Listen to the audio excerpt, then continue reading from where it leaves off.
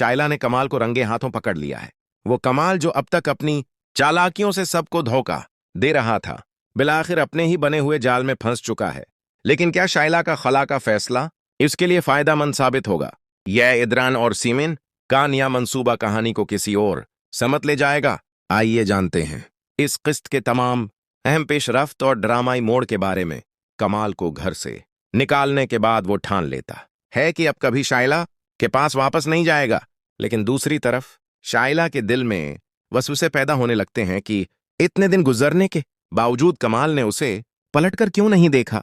कहीं उसकी जिंदगी में कोई और लड़की तो नहीं आ गई?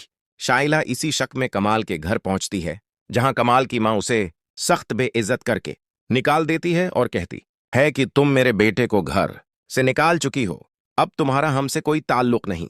शाइला जब कमाल को फोन करती है तो दूसरी तरफ से किसी और लड़की की आवाज आती है। कमाल उल्टा शाइला पर गुस्सा निकालता है और कहता है कि तुमने मुझे नौकर बनाकर रखा हुआ था, अब मुझे सुकून से जीने दो।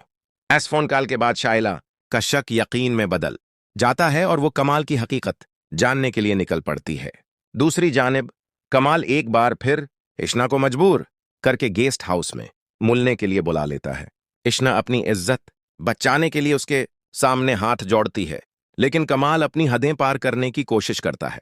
इसी दौरान शाइला इस गेस्ट हाउस में पहुंचकर दरवाजा बजाती है। जैसे ही कमाल दरवाजा खोलता है, शाइला उसकी गर्दन दबोच लेती है। लेकिन जब शाइला की नजर अंदर बैठी इश्ना पर पड़ती है तो उसके पैरों तले से जमीन निकल जाती है।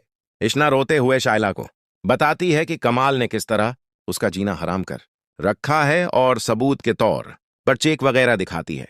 शाइला का गुस्सा बर्दाश्त से बाहर हो जाता है और वो कमाल के मुन्ना पर एक जोरदार थप्पड़ रसीद कर देती है। वो कमाल से कहती है कि पहले मुझे सिर्फ शक था, लेकिन अब मुझे तुम्हारी दरंदगी पर यकीन हो गया है। शाइला वहां से सईदी कोर्ट जाती है और कमाल को खला का नोट्स भिजवा देती है। जब शाइला घर वापस आकर सीमीन और उदरान को सच्चाई बताती है और खला के नोटिस का जिक्र करती है, तो इदरान उसे समझाता है कि इस तरह जल्दबाजी में खला लेने से हम कमाल से वो सब कुछ वापस नहीं ले सकेंगे जो वो हड़प कर चुका है। अदरान का कहना है कि पहले कमाल को माफ करके वापस लाया जाए ताकि उससे जायदाद और चीजें वापस ली जा सकें और फिर उसे जड़ से इखाड़ फेंका जाए। दूसरी तरफ गैवर साहब को जब कमाल की उस घटिया हरकत का पता चलता है तो वो भी शदीद गुस्से में आ जाते हैं और अफसोस करते हैं कि उन्होंने एक मिफलिस और कंगाल इंसान के हाथ में अपनी बेटी का हाथ थमा दिया।